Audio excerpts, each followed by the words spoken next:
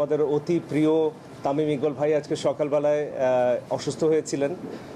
9টা সাড়ে 9টার দিকে উনি বিকেএসপিতে একটু অসুস্থ হয়ে পড়েন। ওই অবস্থায় ওনাকে এখানে নিয়ে আসা হয়। যখন এখানে নিয়ে আসা হয় ওনার চিকিৎসা শুরু হয়। পরবর্তীতে আসলে উনি আমরা চিন্তা করি যে আসলে ঢাকা নিয়ে যাওয়া যাবে কিনা। তো বিভিন্ন কারণে আসলে ঢাকা নিয়ে যাওয়া যায়নি, সেই ডিটেলস আসলে প্রয়োজনীয়। পরবর্তীতে ওনার অবস্থাটা বেশ ক্রিটিক্যাল হয়ে যায়। এই ক্রিটিক্যাল কন্ডিশনেই আমাদের কাছে আবার আসেন এবং ওনার ওই ক্রিটিক্যাল কন্ডিশন থেকে যতগুলো চিকিৎসা প্রয়োজন সব কিছু করা হয়েছে এবং আল্লাহর রহমতে যে কন্ডিশনটা আসলে অনুকূলে আছে এবং ওনাকে একটা আমরা বলি যে ওনার একটা হার্ট অ্যাটাক হয়েছে।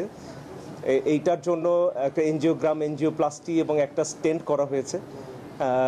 আল্লাহর রহমতে স্টেন্টিংটা খুব স্মুথলি অ্যান্ড এফিশিয়েন্টলি হয়েছে। আমাদের যে কার্ডিওলজিস্ট ডক্টর মারুফ ওনার এই একটা স্টেন্টিং করেছেন এবং ভেরি এফিশিয়েন্টলি, এবং ওনার এই ব্লকটা পুরোপুরি চলে গেছে এখন। বাট অবশ্যই আমরা যেমনটা বলছিলাম যে একটু ক্রিটিক্যাল কন্ডিশনে ছিল, স্টেন্টিংয়ের পরেও এখনও উনি অবজারভেশনে আছেন এবং ক্রিটিক্যাল কন্ডিশনে এখনও কাটেনি, এটা একটু সময় লাগবে। আর আমরা সবাই ওনার জন্য প্রাণপণ চেষ্টা করছি এবং আপনারা সবাই দোয়া করবেন আমাদের প্রিয় তামিম ভাই যেন আবার আমাদের মাঝে সুস্থ হয়ে ফিরে আসে এবং আবার খেলাধুলায় জয়েন করে।